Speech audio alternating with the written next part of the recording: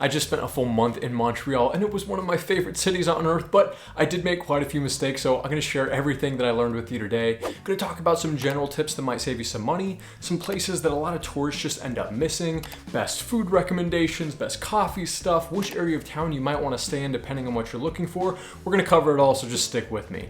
First thing to know is that when you land in Montreal, you're gonna realize, oh no, there's actually not a metro that's gonna take you from the airport to downtown. Instead, there's a bus, and you can decide for yourself if you want to spend the $11 on the bus or splurge a little bit for the Uber. We splurged for the Uber, but this is just a temporary fix. They are building a metro that they say is going to be done in 2027, so if you're visiting 2027 and beyond, hopefully that's going to be your best option, but for us, the Uber was great. You make the call though, depending on your budget. Second thing to note, which is great news, is that once you are downtown, the best way to get around is the metro. It is really safe. It's used by everybody. There's not a stigma against public transit like in the US. It's how all the locals are going to get around, and you shouldn't have any fear to use it. Now, a couple tips around using it. If you're in town for just a day or two, you probably are just going to want to buy tickets once you're there. There are these kiosk machines where you can buy it and they're really simple, but you can always go to these little stands where there's an attendant who will help you purchase a ticket if you feel like you need it. Now, if you're there for a little bit longer, like me, you might want to recommend picking up something like an Opus card. This is basically one of those reloadable cards. It does cost $6 to activate, but if you are there for that longer period of time, you can kind of get a discount on loading up like more trips like in bulk. So I picked this up and it was fantastic. You just got to decide how much you're going to use the metro. And one last thing to note about the public transit, because I made a mistake here, is when you do scan in and you're waiting for your train, you might be wondering, hey, when's the train actually going to get here? And you'll notice if you look hard enough, there are a couple TVs. They're really small and they're pretty old, but it will also show how long until the train will arrive. So I know it's a little bit dated, but other than that, the system really is great. A couple cultural things that you'll want to know about. First, a lot of people ask, hey, I don't speak French, is that going to be a problem? The answer is no. Start with a simple bonjour, but after that, everybody does speak English, so as long as you start in the bonjour and respect their culture, I found that everybody was very kind and was more than willing to switch to English when they recognize, hey, this guy does not know French, and it shouldn't be an issue for you, so don't worry about that at all. And another thing is around tipping culture. There does seem to be a bit of tipping culture in Montreal. Around 15% seems to be more than enough, but I'll leave that up to you, and locals can correct me if they feel like I'm off base there. But let's talk about some of those best areas of town that a lot of tourists just completely end up missing, and I think would be a huge mistake. The first spot is this canal that cuts through like the south end of town, and this is something that is just filled with locals. It is a beautiful spot to just walk. You're right along the water. You're gonna see people walking their dogs, riding bikes, just enjoying the nice weather there, and there seems to be absolutely no tourists, and I don't know why. It's probably just because it's completely off their radar, but if you are looking for a local experience, taking a walk along that canal couldn't be better. Now, something that most tourists probably have heard about is Montreal Park. And yes, it is gorgeous. It's that huge hill that overlooks the city, and you will have some phenomenal views up there. And if you do have the time, I'd really recommend not just going to the top for the view, also take some time to just walk around the park, like beautiful cemetery, beautiful paths. Like there's just a lot more to explore up there than most tourists get to see. So take that opportunity if you do have the time. Now, one place that I feel like I made a big mistake with was St. Helene's Island. It's this little island out on the river that is really popular, and I just didn't love St. Helene's, and that might be because part of it was like closed off for renovation. It just felt like, I don't know, I felt like there were more things to do in the area, and I really wish that I would have done the Boucherville Islands, like the national park that's just a little bit further up. So locals, if you've been to both, tell me if you feel like I'm off base or which one you would recommend, but just keep both of those in mind so you can do some research and decide which is best for you on your trip. Now, one park that I didn't miss, thankfully, was the La Fontaine Park. Gosh, that park is just gorgeous. Filled with locals. Yes, I'm sure there's a couple tourists, but I feel like a lot of tourists miss it. It's just a gorgeous park. Filled with people, filled with life, beautiful setting. I highly recommend you get over to that area of town, and more coming up on that later, but it's a beautiful setting and I definitely wouldn't miss that. But a lot of tourists want to know, hey, is there a local market that you'd recommend? And there seem to be two that come up in most conversations, and that is St. Jean Market and the Atwater Market. Now, I went to both, and I was expecting that I was gonna like the Atwater Market a little bit more because it was a little bit further out from where the tourists normally are, but I actually think St. Jean was the far more impressive market. That water market was beautiful as well. It was just a little bit smaller, and if I had to pick one and recommend one for tourists, St. Jean is probably the place that you want to go to. Now, you might have heard of some of the different areas of town, like Plateau Montreal and Mile End, and they're both beautiful, and more on those in just a minute, but I do want to highlight one specific street that is in that area that you probably want to hit, and that's Duluth Street. It's just magical. It's really small. It's very lively. So much to do over there. And that whole area of town, so many bookstores, so many cafes, so many just like things to go, like vintage shopping. Like that area of town has so much life and just culture to it. And one of the things that I think is so special about Montreal that I would really recommend if you have the time is just go and spend a full day in that area hopping to different coffee shops. And yes, I'll have coffee shop recommendations in a minute, but the coffee culture here is incredible because it's not about the coffee, it's about the community. And what I mean by that is you could spend all day in coffee shops just hopping from one to another and having great conversations with people you've never met before. I found that there was just a sense of community in the coffee culture that I just haven't seen anywhere else in the world quite like this. One other area that I think a lot of tourists just probably wouldn't think to explore is the university. McGill University is like nestled right in the heart of downtown. It really is just so uniquely integrated and it's beautiful. You have the park right on the other side, so it's like up on this hill. It's just beautiful. So if you do have the time, walk through that and through kind of that university district. It's really beautiful, cute streets. Also, don't be afraid to visit in those winter months.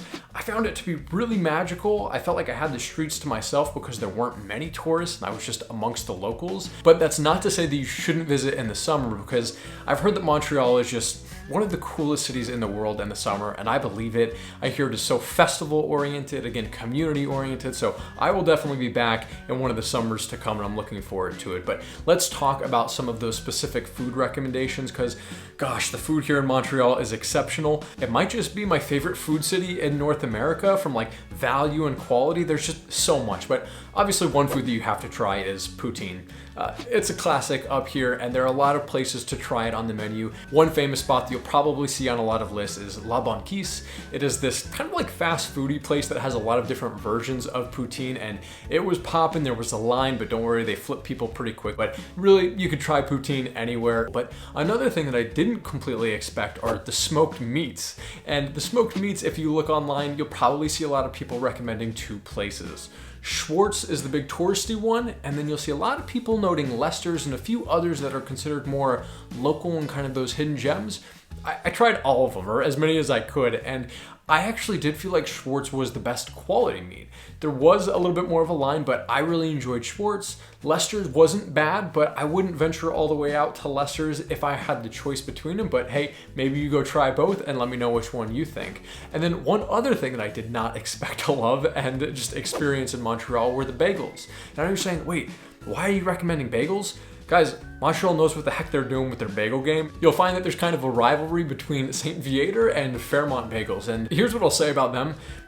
I'm not gonna pick a winner. Like, they're both fantastic. You should visit both. They're both open late. And again, just like the bagel culture and just like comfort and community that revolves around this is just, it's just special. So if you get the opportunity, go to both of those. And then again, you can let me know which one you actually ended up liking a little bit more. Probably the biggest takeaway with the food is there's just so much diversity and so many high quality food options in the city that you're not gonna go wrong. And like I said, I tried over 50.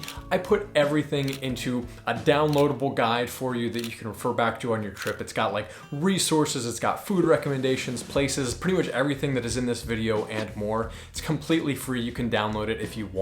It will ask if you want to sign up to my newsletter where I send up weekly travel tips. You can sign up for that if you want, but by no means do you have to. A couple of my favorite coffee spots and the rest you can find on that list. The first one is Spoof. And this one is in a really young, trendy area of town. It's the coffee shop that you're probably looking for. Great food options, cozy environment, just like one of those trendy young crowds where it's just comfortable. If you're looking for something that's a little bit more specialty coffee and uniqueness, I think there's a spot called White Heron that I was at constantly. Really high quality coffee, really high quality matchas, awesome ownership and some really unique products as well.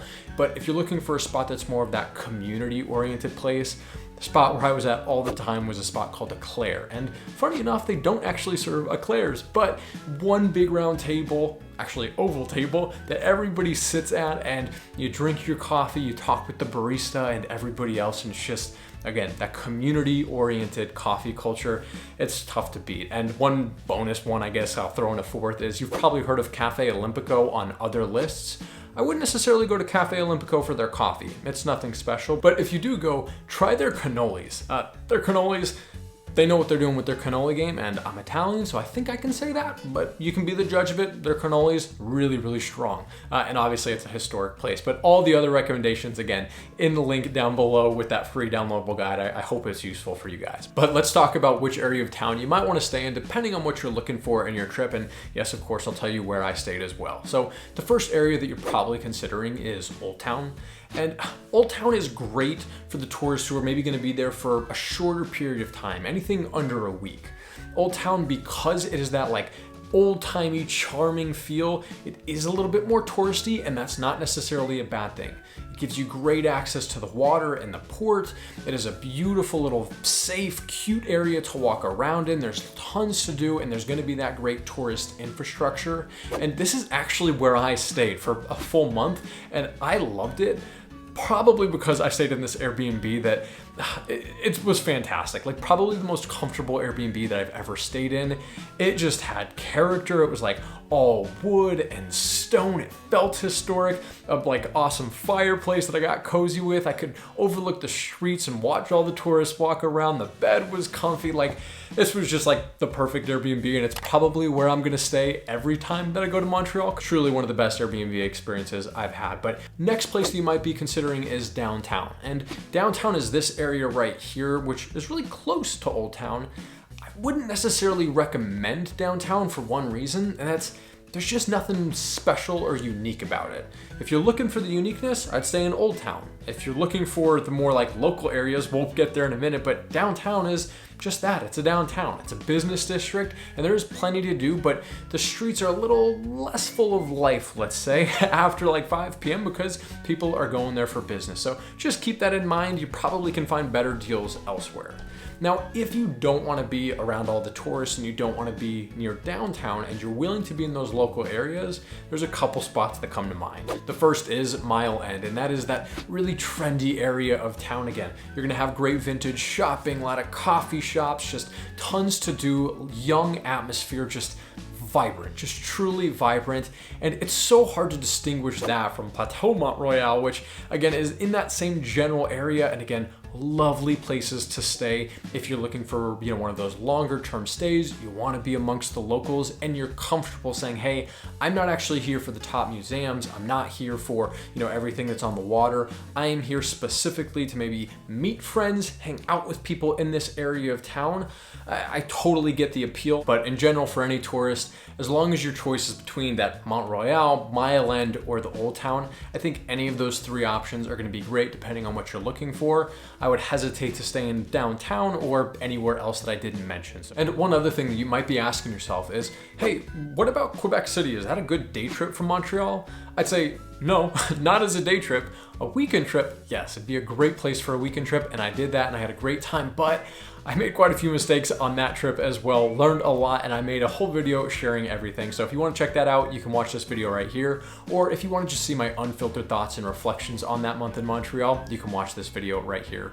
I hope this was helpful. Thanks for watching, and we'll catch you guys next time.